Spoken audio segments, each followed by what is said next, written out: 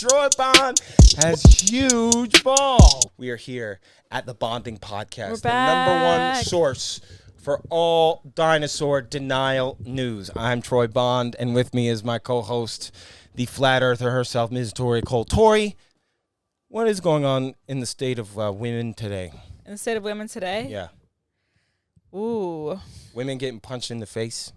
Yeah. Is that still happening? Or was that a trend? No, that was like a solid week like and the a salt half. bath or the ice bath challenge. Big TikTok trend. Horrible trend. Horrible trend. I did not like that one. A lot of girls going viral on that. I'm like, Girls going viral.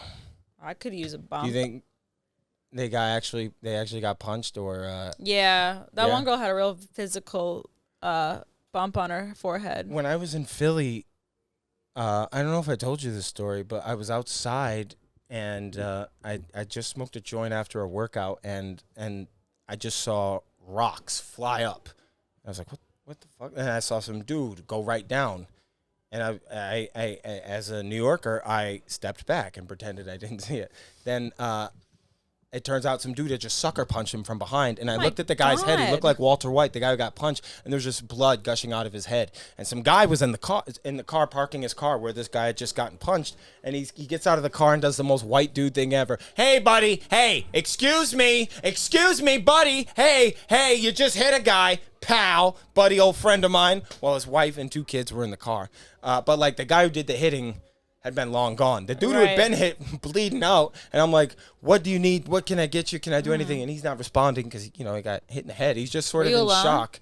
I was alone, yeah, and people were like gathering around, but not helping. They were just like watching the thing happen. And so I ran inside to the hotel. I was like, I need a bottle of water. And they said, what room number? And I was like, there's no time, Jeffy. And I go out and like, I'm like, I said, do you want a sip of this? And I gave him a sip of water. And then, like, I don't know what possessed me to do this because there's just blood coming out of his head. I just was dumping it out on his head. I was like, does this feel good? It felt like me saying that to another man as he's half concussed. I was like, yeah, is this warm for you, Mr. White? And was he conscious then? He was conscious the entire time, but like in shock and like just got sucker punched. And cops show up, and the guy who chased the dude who punched him down comes back, and he's like, I got a picture, and it's a picture of the back of him with a hat on, and the cops just go, thanks, and then they drive off, and the whole weekend, that pile of blood was just there, and it was an interesting reminder to stay vigilant just in like, that just happened in front of my face. Right. Now, the egotist and the kid who grew up in the martial arts school is like, I wish somebody would punch me from behind. I wish somebody would try that because it'd be the last punch you would ever throw. I've not gotten into many fights because I know how to talk to people. That's why my heckler videos do so well, because that's me not choking the life out of you like I'd like to. Because you win, the real black belt wins fights with his words. And I guess these women just need to learn how to talk better is what you're saying? Well, I think they were just on their phones. They're just on the phones and getting punched. Yeah, so I think it was joking, a lesson. by the way. I don't think women should be. That's a crazy story. I can't believe you never told me that until right now. Yeah, it happened in Philly. It was That's crazy. wild. It was I like how you saved that for the people. Yeah, it was a shock just to see. That's wild. Because it was one of those situations where at first I didn't want to get involved because I didn't know if there was a prior thing and he said something like that maybe made he him cheated on his wife with that man and he deserved it. Well, if he did, I would have helped him out. I would have been like, you are a hero, sir. You took a hit for hitting Got him. But then the thing that was just breaking my heart was I was thinking about when I got hit by a car on a bike, and I was on the ground and nobody had helped me. And I remember feeling very angry at humanity. And that's when it kicked in for me to this. Like, I didn't know what to do. I didn't. My first thought was just get him water. Right. So did you get perspective on why people maybe didn't know how to help you? Because they were like people trying... watch. Oh, what? People just watch. Yeah, and sometimes maybe people think they don't want to like touch you because they don't want to like hurt you further. I would like to think that's the case, but I don't think that's the case at all. I think we're such a spectating society, and the stuff that is available to us on the internet now that we can just casually watch desensitizes us to almost everything, to where I think Eric Bronstein is who had he might have had this bit. I heard it from somebody, but they were talking about the Citizen app, and there was a crime 30 feet away, and he was like, is it my turn to report this? Like, we're living in that era. Yeah. And like I just as a human being looked at this guy and went, I don't know how to help him. My first thought was get him out of the street that people are Yeah. driving on. I mean, people are parking their cars, but like, Did he ever talk? Did you ever hear his perspective on what might have happened, or no? no, he got loaded into the stretcher, Okay. and now I think he is probably recovering from a head injury. I don't know. It was just it was sad, honestly. Like in New York, you won't see that happen. In New York, if you see someone get hit, about 50 New Yorkers will come and help you. Remember, I was shooting the Ninja Turtles commercial, and we were shooting it in the subway, and it was the day that wildfire was making everything orange. Yeah. And the guy who was taking principal photography for me, he kept coughing, and we were underground. He was just coughing and coughing and coughing, but like one of those, excuse me, man. And the subway worker came out of the booth and gave him a bottle of water. That's so and I nice. was like, that's New York right there. Yeah. That's fucking New York. Like, New Yorkers help each other. New Yeah, York, when I got spit on, people, they didn't really help me very much, but they also, like, the ones that saw stopped and spoke to me Well, yo, and that was offered fucked up. advice. And what'd they say when you got spit? there was like a couple that kind of stared at me in shock, and then there was these two It women. is shocking, I will say It that. was shocking, yeah. And then there was two women who said they worked at a hospital, said they've seen that happening, and they said go get like eye solution to rinse my eyes out. So that's what I did. So they stopped and talked with me for a minute, and they made me feel okay for a second. I don't think people are realizing, or maybe they're starting to now, the effects. We're living in the after effects of COVID. The reason why the homeless problem is so bad right now is because of everybody that lost their jobs and didn't have the means to keep afloat, lost their homes, and then you're on the streets, and you're it's Maslow's hierarchy of needs. They're not being met, and you're by yourself, and mental health is so not even a focus anymore, and it begins to deteriorate. And you had that kid who was killed on the train couple of years, I think last year, who was Oh, right. yeah, and everybody was like, well, he was acting erratic and who knows what to do. And then that white dude with the big red S on his chest put him in a chokehold and killed him. And they were like, well, the guy was seen peeing on the subways and doing all this. I'm like, first of all, he doesn't have access to a bathroom. Where's he supposed to pee? Yeah. You haven't had food or water for a few days, and you're You're out living of off it. of the kindness of others in New York City.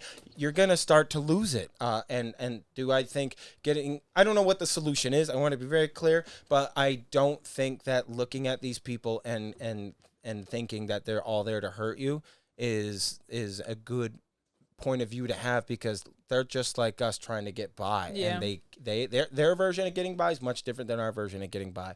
Our version of getting by is getting through a day of work and then getting to do what we love to do and hopefully get 6 to 7 hours of sleep that night and then get up and do the same thing.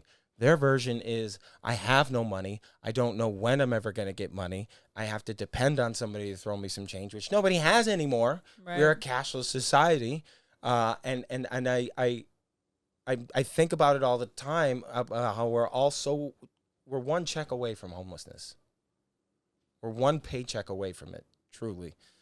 Even if you have money saved, and I would have thought that us all going through COVID together would have made us understanding of each other a little bit more, but class hierarchies have never been more prevalent than they are now, and it breaks my heart, though I do stand by the fact that I think man is good.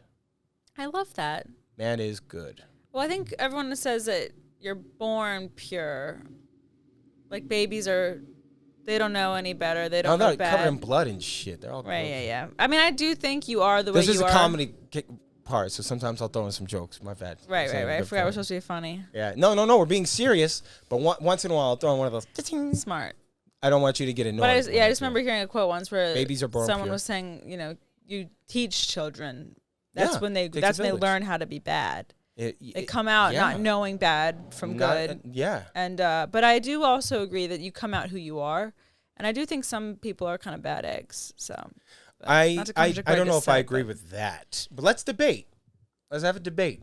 you don't. I think you come out who you are. You think if Hitler was born in Minnesota, he would turn out the same way?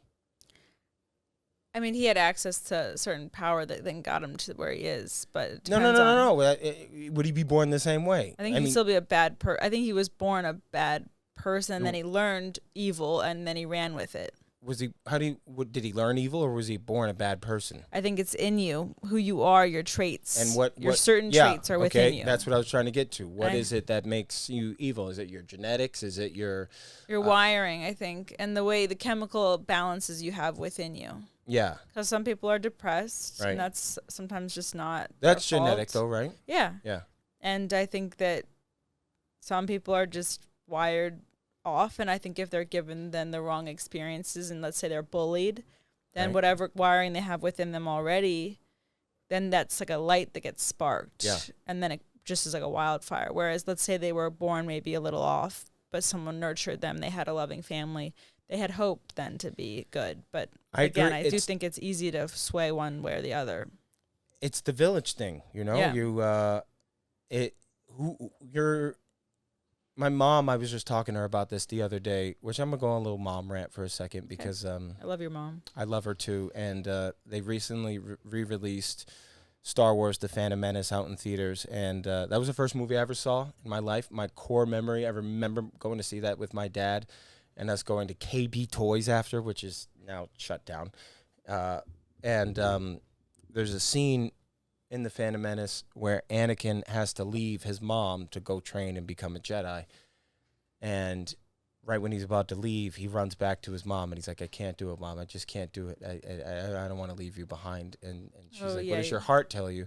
And after he says, am I ever going to see you again? And he goes, yes, I hope so. And she says, then we will see each other again. And then hugs him and gives him the strength to go off and become a Jedi. And that is the exact thing that my mom and I had when I left Connecticut to go do comedy, because she never really gave me a problem about it, because I think it was her being like, he found his passion, he found what he wants to do.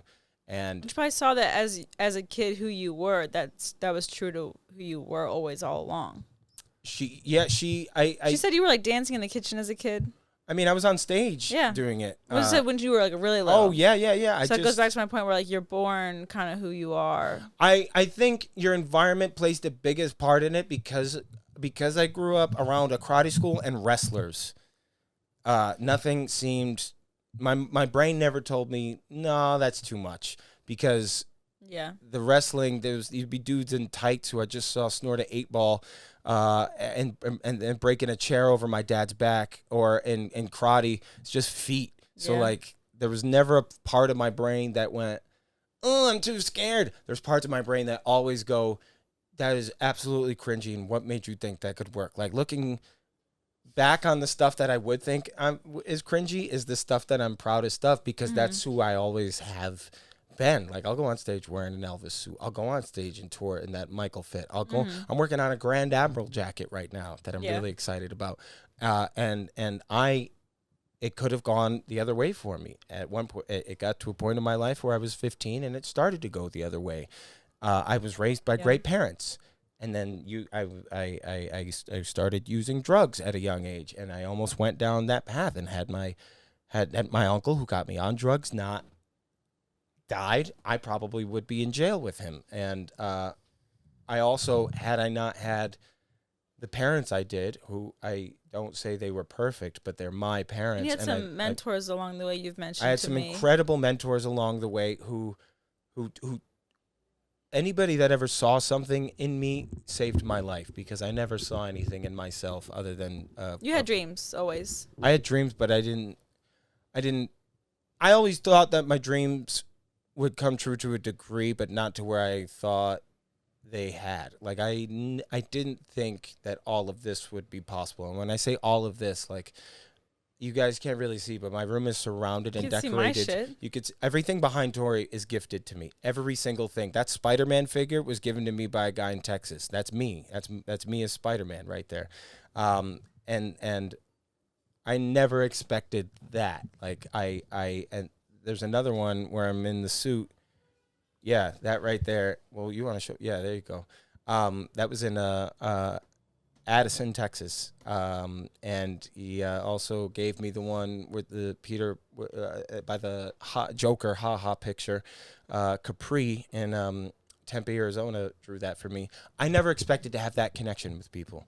You It's know, wild. like I mean, I feel very lucky as well. I've gotten some residuals, and it's incredible. A beautiful thing. Beautiful. And I Thank you. Thank you to Everyone. everybody. I mean, Truly. I Anyone listening, I feel so connected to anyone listening. and I want people to know that I'm working on writing notes, because weirdly enough, I got this idea from the O.J. Simpson documentary, where he was playing the victim after the trial and after he got acquitted. He was like, "If you ever saw me in person, you know I would stop and talk to you. If you ever wrote me a letter, I always take the time to write back. So please give me the same courtesy, and treat others the way you'd want to be treated." And I was like, "Well, you should have started with Nicole, buddy."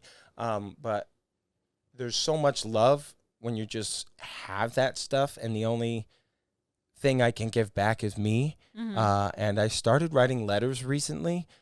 I forgot how human it feels. I've always been I love letter letters. writer. I love letters. I love Thank you art. I love notes. bracelets. I love just because stuff people make with their hands. It takes time out of their Mhm. lives to enrich mine, and it really does add years to my life because I'm a tortured, depressed person who hates himself. And when I have a whole wall of letters from people over here. I've got this art here, and then this poster behind me. It's not because I like to look at myself. I don't have any mirrors in my room. I took them off the hinges. It's because you guys, if you're listening to this, I want you to listen to a song called "Someone in the Dark." It's a Michael Jackson song, and it was featured on the E.T. soundtrack.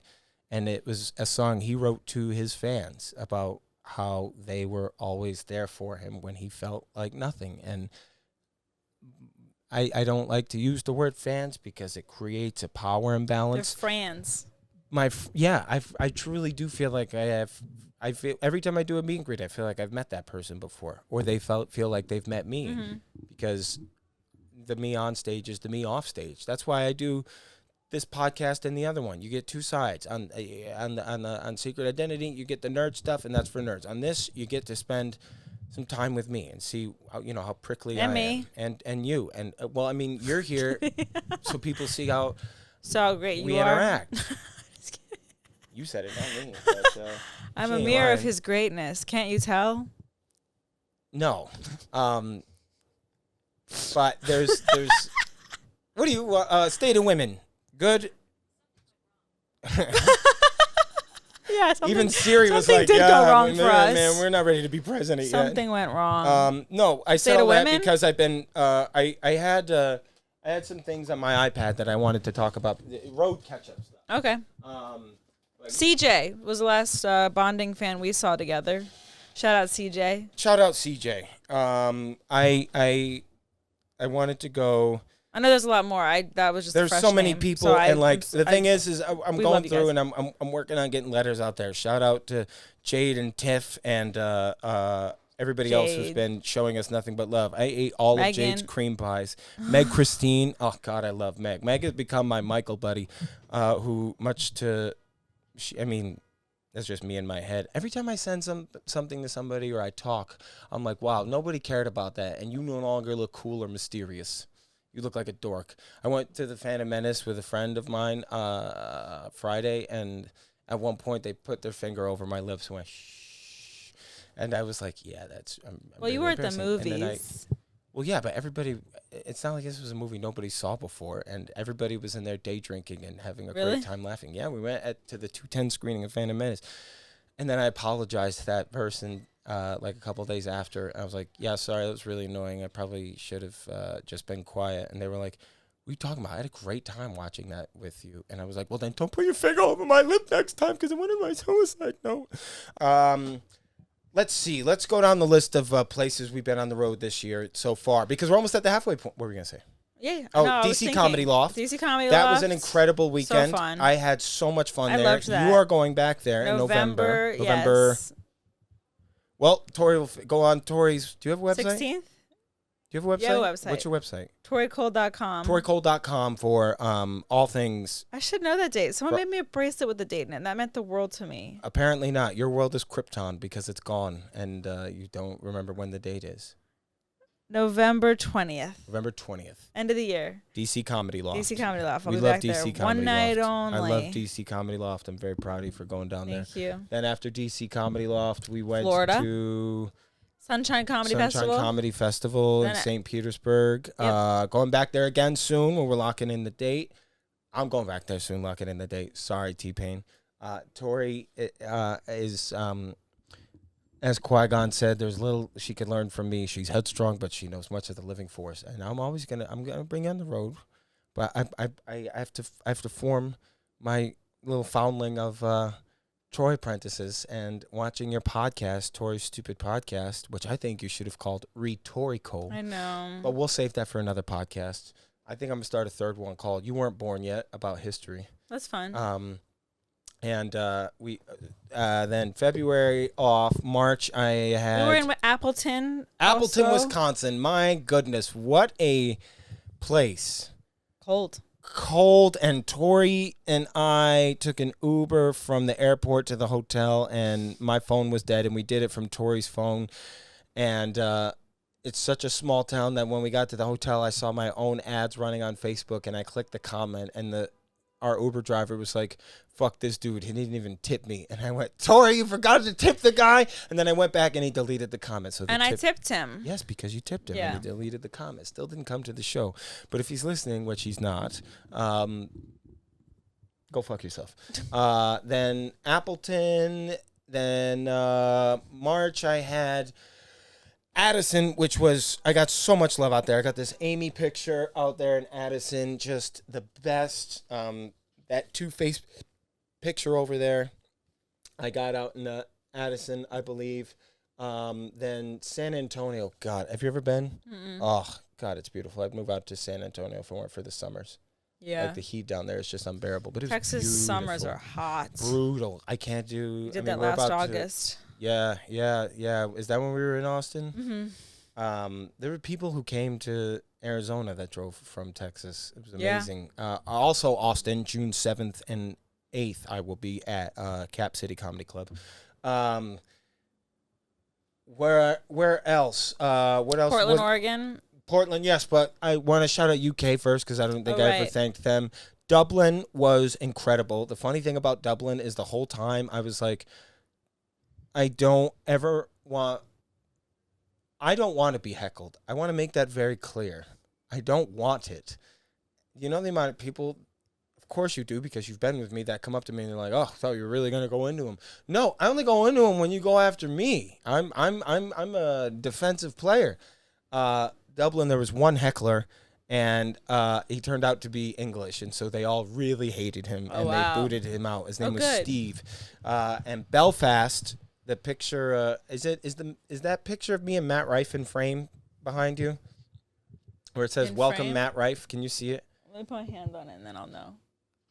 That's a good test, actually. Good job. I'm smart. Anyway, Yeah, they it's gave right me there. a picture that picture right there. They gave me in Belfast with Matt Rife, Darth Vader, and I, and it says "Welcome, Matt Rife," crossed out Troy Bond. And the Belfast, everybody in Dublin was like, "Careful when you go to Belfast; they're all gonna really come after you."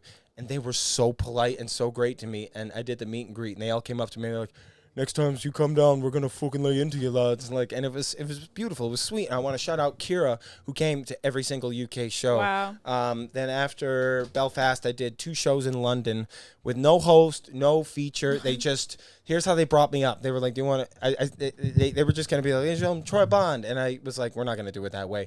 Play the national anthem really loudly, and then let it go on for about 15 seconds, then say, 'Ladies and gentlemen, the President of the United States, Troy Bond.'" And then I came on, and Fun. it was very exciting. Wait, you just thought of that right away? Yeah, I just like Smart. I'm good. See, I'm good at being in the worst case scenario because I'm never prepared. That's awesome. For like shit like that. I didn't know Or, like, that. That's so fun. Yeah, I just said, okay, let's do it this way, and then we did it for both shows. And, love and I have that. people in the UK who are still messaging me that they remember that because like Oh, you think they're that's not even remember that brilliant. at the top of the show. And I Yeah. was like, and then I just ran on stage. I ran from one end to another to another to another. Fun. And the thing I had to remind myself was, I'm in London right now. Like I brought myself here, That's nuts. and I'm here, and they love. I got to be the guy with the accent, Yeah. which was so fun for me. Like I got to be the dumb American Uh-huh. because I didn't really feel that as much in Belfast or Dublin, though I did BBC radio out there in Belfast, which was nice. But in London, I very much felt, maybe it's because we have independence from them and all the beef between the two. historically, now I think we're good, considering how much I read about the fucking royal family. It was cool to be the guy, the American comedian with the accent that they'd only seen on the internet, and now I was there. And then Amsterdam was that changed me as a comic. Really? In the sense that I sold out Boom Chicago. What a weird name for a place in Amsterdam. It's a great name, and I cannot wait to go back, Boom Chicago. Thank you so much for having me. I just think it's funny that it's in Chicago, or that it's in Amsterdam and it's called Chicago. Yeah, there's got to be some significance to it. I wonder. I didn't mean that as a slight. I know. I'm just covering my ass. I Did talk great, a lot that of was shit. Quick. Yeah, I gotta. He's amazing. Have him back. They don't need that endorsement. Take mine instead. I'll bring Tori with me next time to the club that she hates the name of. That was what? No. I don't hate it. That's what I wanted you to say. Thank you. Clarified. Have you ever been to Amsterdam? No. It is. Most people are on bikes. It's a very cycly city. Like the same amount of people as New York, but they actually respect the people on the bikes. They got baguettes in their bags. They have bike etiquette. Yeah, bikettes in their bags. Baguettes. Bikettes. Yeah. Anyway, I kept trying to think how I was gonna make that work, and then I was like, no, it's as dumb as it sounds. We just had a collective stroke, and I did that, and I'm sorry. They're big into two wheels and handlebars over there, and there's water everywhere with the canals and weed is legal, and there's just the Dutch vibe is very interesting. Like they would all speak Dutch as soon as they heard you speaking English. Really? You know, like and then when I went to the show, everybody was coming up to me who's running the show being like, hey, I just want you to know Dutch crowds are a little more different, man. Like they're a little reserved, so you'll think you're bombing, but you're really not, I promise. And I was like, thank you for putting that right into my head right before we start the show.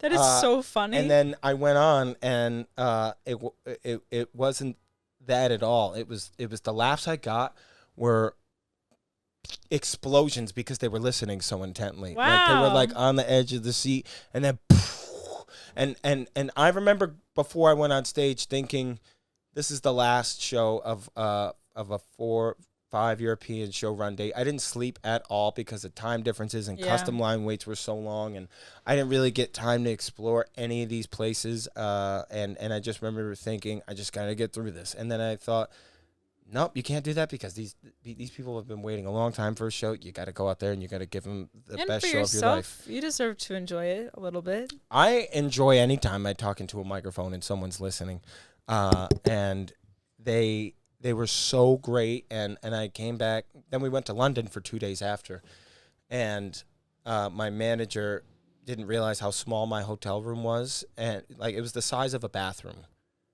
There was no TV. And I was so tired that we were in London for 2 days. I slept the first day just in my little prison cell. But when I went into the room, I opened up my bag and there was weed in it and an alarm went off. And I was like, oh, my God, they have weed alarms in London, not realizing at 12:30 on Mondays they do fire alarm testings at hotels.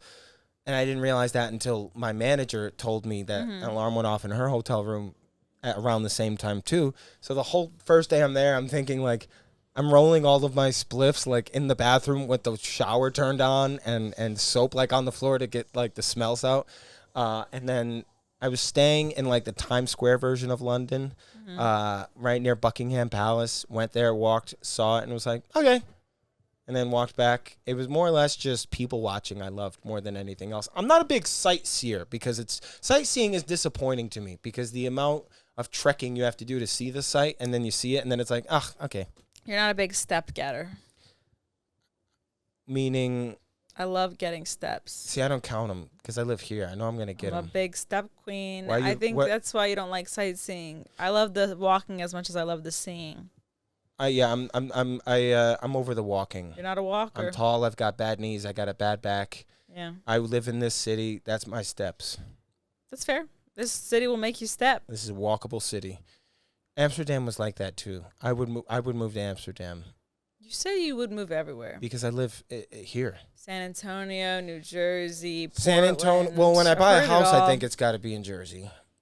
just so I could be close enough to hear. And Whitney Houston's mansion was in New Jersey, so now I know that's not what I thought Didn't Michael it was. Jackson have one in New Jersey too, or something? He lived there sometimes with the Casios, but he didn't. He tried to buy a house in Poughkeepsie after the two that. Don't let me get down that rabbit hole. Okay, sorry. Yeah. He was on his way to New Jersey after Nope, we're 9/11 done. happened. We're done. And he was in the car. No, they're gonna want to hear this. He was in the car Are they? after Are they? the last time. Yes, they are. Yeah. You know why? Because every viral clip from this podcast is me talking about something I was passionate about. After 9/11, the day before 9/11, the Jackson brothers performed together for the last time, September 10th, 2001, at Madison Square Garden.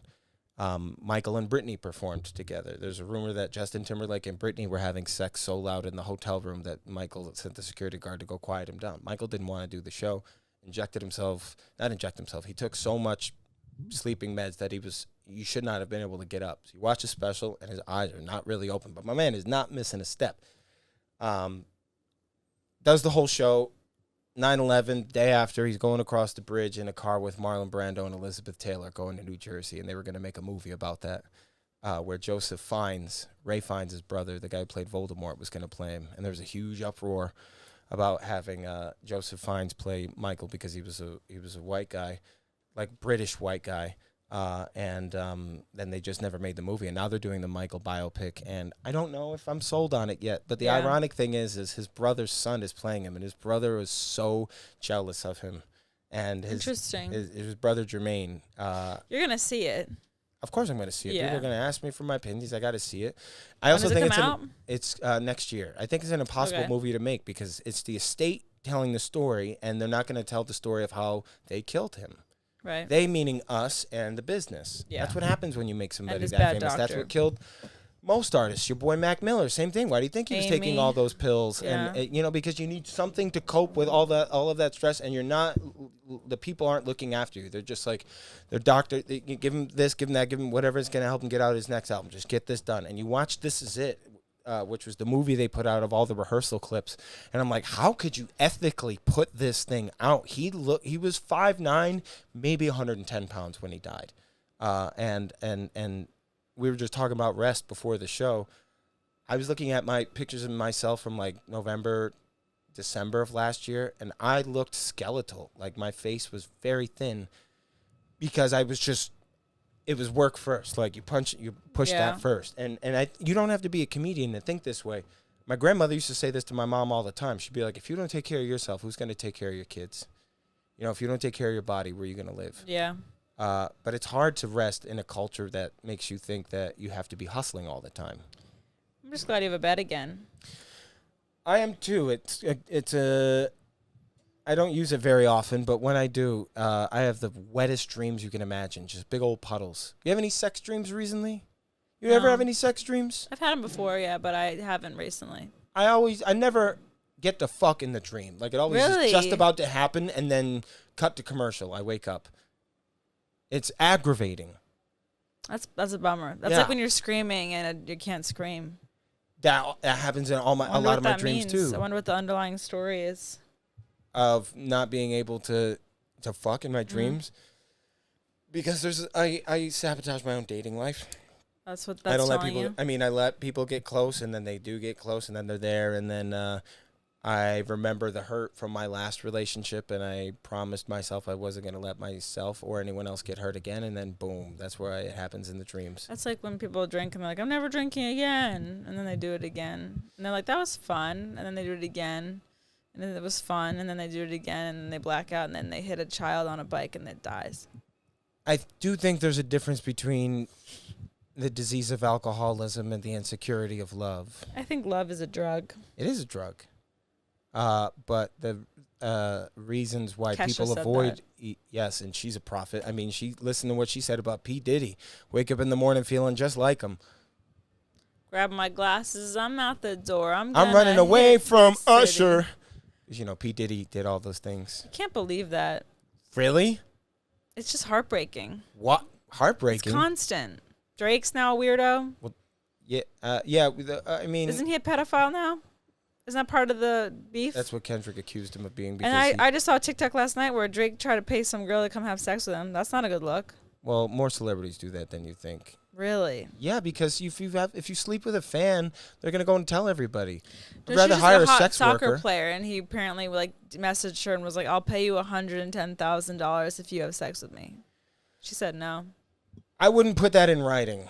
That's a phone call, because then you can't prove it. But I understand I would rather pay a sex worker than sleep with a fan, because But what if you just didn't have sex with someone? that's what I've been doing. It's a good option. Why do you think there's so much Star Wars shit in this room? Because I haven't been having sex. It's healthier than fucking a fan. Yes. Just And keep also buying toys. there's a dynamic. Well, when my dog died, I bought a lot of the stuff because I remembered I did the same thing when Parker died a few years ago. I bought all these PS1 games because I didn't realize that I was trying to connect back to a time where I had him with me, and I have this thing where I just immediately revert back to Star Wars or Batman, because then what I do is I write stories based on those things, comedies, and I wrote the Bat Fam movies, and one of them's about you and our dynamic, because I life imitating art, and I got into this stuff. I got into show business because I wanted to one day make things like that, and as you get older, or as I'm getting older, I'm trying not to blame things on inner child, but I just, in the last year and a half or so, have realized I had one that was responsible for a lot of my behaviors. Everyone does. I never really knew that. I thought that I was just a freak, and I realize how important it is to heal that kid, because when things start happening for you and that kid is still alone on the swing set, or he's afraid of the monsters under his bed, then he self-sabotages and ruins something that could have been great, but it wasn't, because you didn't think that you deserved it. And I don't think there's ever been a time in history until now that that said, hey, it's okay to feel like shit. It's okay to hate yourself. I learned that the most important thing was friends. You guys saved my life last year. And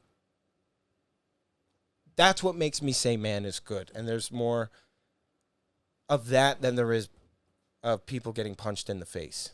Yeah. I mean, I would say. I'd say human connection is one of the most important things.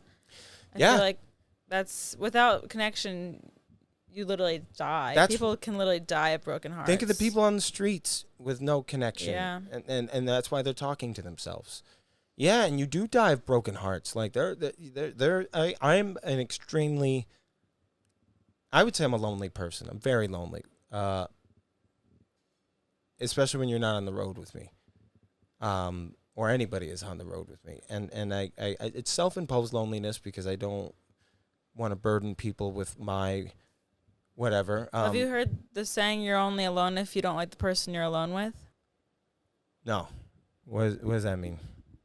It just means if you're unhappy with yourself and you're alone, then you'll be upset that you're alone. What do you do if you hate yourself? I guess you just I haven't always found the have cure to someone that with you. A person that hates themselves? I guess you always have to have someone. You shouldn't be alone. Oh, I don't ever feel codependent. No, I wouldn't say But that. I'm I just do- saying, I heard that quote once, and the only times when I really feel lonely is when I'm upset with myself. Why is that? I love being alone. Same. There's a difference between alone and lonely, though. Totally. I don't really ever feel lonely unless I've done something that I'm like, you shouldn't have done that, and then I have to like sit alone and be like, damn it.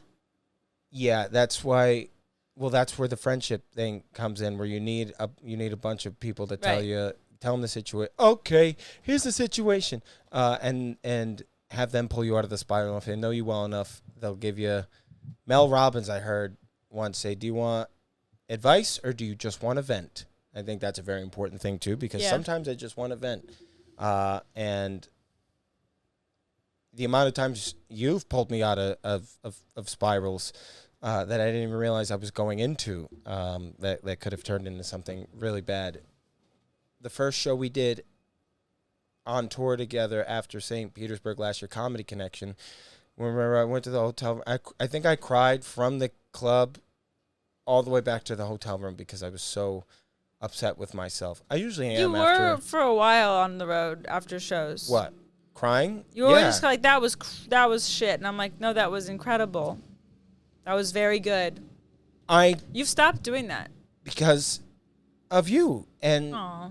and the love that my friends have given me. 4 a.m, I was up 2 weeks ago talking to Jared Waters, and I was telling him that I feel a bit ostracized and sort of clowned at and not taken seriously in the comedy community. And he sent me a long paragraph telling me how stupid that was and what people say about me and how I'm revered, how they talk about me. And it felt warm to have that come from, because I know he meant it, like because he's my friend. And if there was something I should be doing differently, or if there was a reason I should feel that way, he would tell me that. Mm-hmm. And he's very connected with the community, so he's a really reliable source to hear that from. So that would be comforting. And I was talking to someone online who's a fan of ours. She's a bonding fan. Shout out Renee.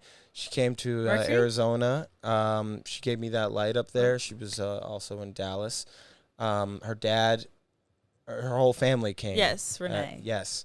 And she was not there. Her family was there. Her family, yeah. But she was there in Texas. Yeah. And she had sent a tweet saying something about being left out of the friend group, and I told her, if you feel left out, it sucks, but it's okay, because it just lets you know where you stand with those people, and you don't need them in your life. There was that line in Bronx Tale where the kid was going to beat up, Kalojo was going to beat up the kid because he owed him $20, and Sonny goes, look at it this way. Cost you $20 to never have to talk to that guy ever again in your life. And the bigger the cost, or whatever the cost is kind of I think going to weigh on you more than the actual thing. Mm-hmm. But if it's a friend group, fuck them.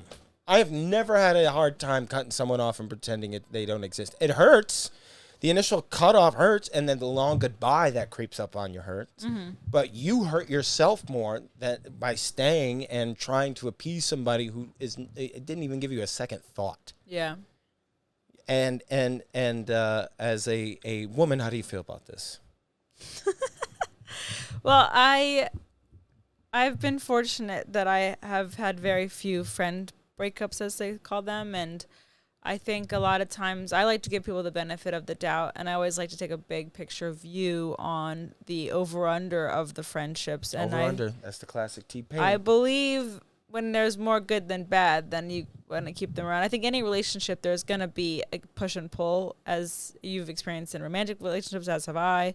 You have to fight for them, and I think that applies to platonic relationships as well. So everyone has their evils and their shadows, but you have to make it work. So you always are going to be balancing some bad with the good, but usually it outweighs it, which is why you're friends with these people. But I agree that if the bad does outweigh the good, then you do need to push them away. And and if the friendship can't survive you standing up for yourself or having a discussion about that, if it can't survive that, then it wasn't a friendship, or you don't need it. Like if you go to your friends and you go, hey, I didn't like the way you guys did ...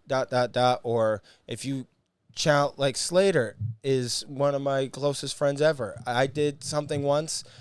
Don't exactly remember what I did. Maybe I didn't take the trash out or whatever, like some shit like that. And she came in my room and she was like, "Listen, I love you to death.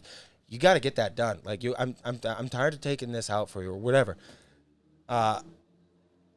Had we not been as close as we were, it probably would have just been a thing that she never talked about, would have built up resentment, and then we just would have never become, it would have blown up and gone, whatever. Like, line from The Godfather, my favorite line, that Don insists on hearing bad news immediately.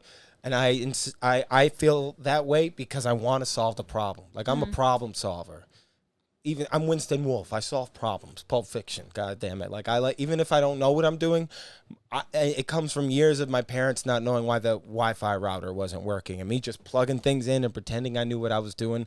And then when I would fix it, I would act like I was the second fucking coming. And I still do that to this day. You do. And it's because you feel a gratifying feeling when you fix something. Life seems a lot simpler when you're fixing things. And when you get to do it for other people, it makes you look a lot smarter than you actually are. You get everything done your own way. There's the right way, the wrong way, and the way I do it. And it works. The way I do it works sometimes sometimes it doesn't. I love the way you do things, and I've been a little bit of a copycat, and we know that. I've noticed, and I'm very proud of it, though.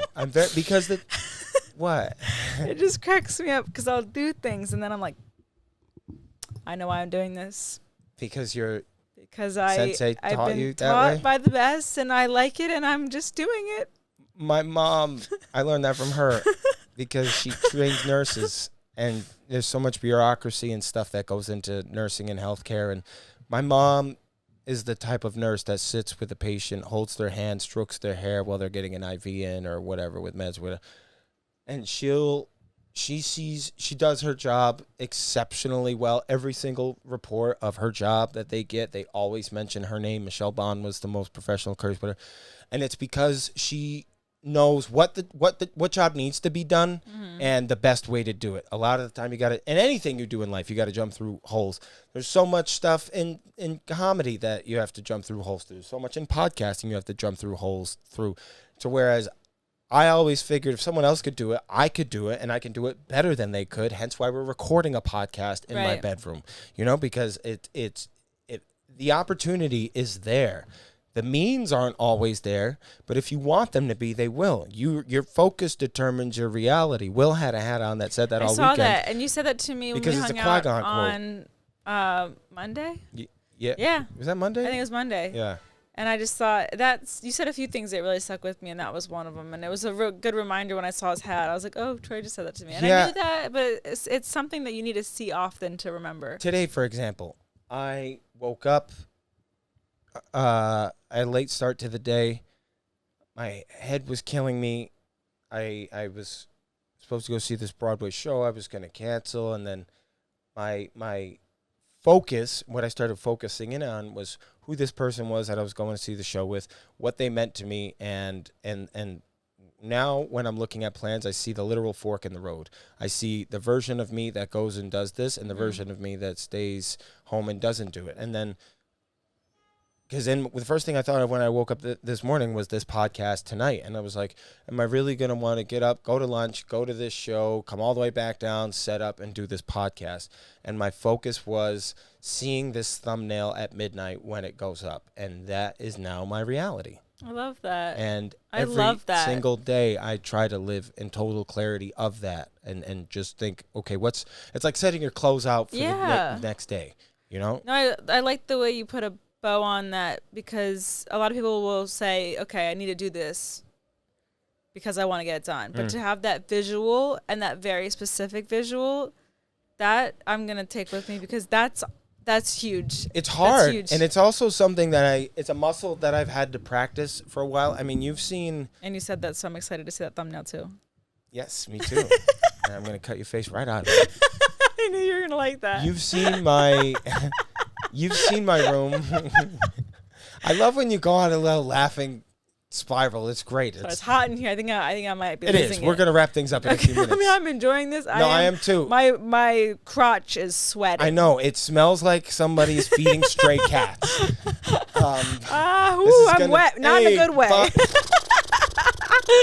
Well, those of you who are listening to this on your way to go teach school children, I hope that was the last thing you heard before you pulled in. From my lips to Tori's lips to Tori's lips. I'm enjoying this. No, it is getting hot, and I'm going to install silent AC in here so we could have some good backdrops, because I enjoy the comfort of doing. It's a good riff. It's a good riff. Good talking to people. I also wanted to say, on this podcast, we have talked about in the past the domino effect of life, and how those tiny little things that might seem insignificant add up. And then suddenly 2 years, 3 years down the road, there's something that might not have happened had you not. For example, I told this story, but I'll tell it really quickly. I did a yoga class, which I never do. I fucking hate yoga. Bumped into a girl physically, and I was like, I'm so sorry. We ended up emotionally. Yes. And then I started talking to her. She's a comic. I had just taken a class at the Comedy Cellar. She told me about the industry room. I go ahead and sign up because I'm like, that sounds super interesting. And I went and watched her show just to make sure I knew what the hell I was getting into. Did the industry room. Save. You said pedophile, but wouldn't say fuck. I didn't. Oh. Yes, you did. Oh, you're right. Yeah. Whatever. I'm trying to keep it clean now. It's okay. And the industry room, and then the pandemic hit 3 weeks later, and scene. Had I not snuck in the industry room, who knows how the world works. Maybe I would have met you. But then I was supposed to do a spot at Broadway the night I met you. My first show ever, I met you. And here we are. I wasn't even supposed to be on that later. show. There was a dropout, and he asked me if I could do it a couple hours, and I almost said no because I wanted to stay home with my ex at the time. Stupid me. And fork in the road. Yoda says, no different, only different in your mind. I think that's beautiful. It is. What, 40 cities later, how many hours of bonding later, and many here we more to are. come. And it's I amazing. can't wait for a summer of swamp-ass pussy. Yeah. Any parting words? I'd like to leave them with a good quote. Yeah? You have one? Should I do a good quote? You have a quote? All the Jay Shetty you listen to? Well, I mean, you have your focus creates your reality. Determines, yeah. Whatever. You can't be disrespecting Qui-Gon's gangster like that. Your focus determines your reality. Yeah. I'm trying to think. Oh, I have this written down on my whiteboard right now. It is your self-worth is your ceiling. That's interesting. It is. Your self-worth is your ceiling. Because if you don't believe you can do it, why would anyone else? I don't believe it. I hate myself, but I get a lot done. I wonder why that is. I know as I said that, I was like, but you also know you're talented. No, I don't. Yes, I you just do. know I can do something. You know you're smart and talented and I funny. don't you know know you're those funny. things. You know you're funny. You said, thank I God do know I'm funny. funny. The other night you said that. I do know I'm funny. There you go. Where? What? I don't know. I think you've always seen a bigger life for yourself. I just wanted to be better than everyone else around me. Well, it's working. And then I wanted to do something that brought people together. And then when that became my mission, that's when I started to enjoy it. Mr. Selfless over here. You are. Really, though. I just gave Troy back his camera that he let me grow with and post my content. And here I am trying to fly. Here she is trying to save her ass. Guys, we missed you, and we're back weekly. We missed you. TroyBondLive.com for tickets, and Torey is selling jars of vagina sweat. 50 cents a bottle. You can get them at ToreyColesMeat.com. Thank you for listening to Bonding, Please and follow until me. next time, I'm Bill O'Reilly.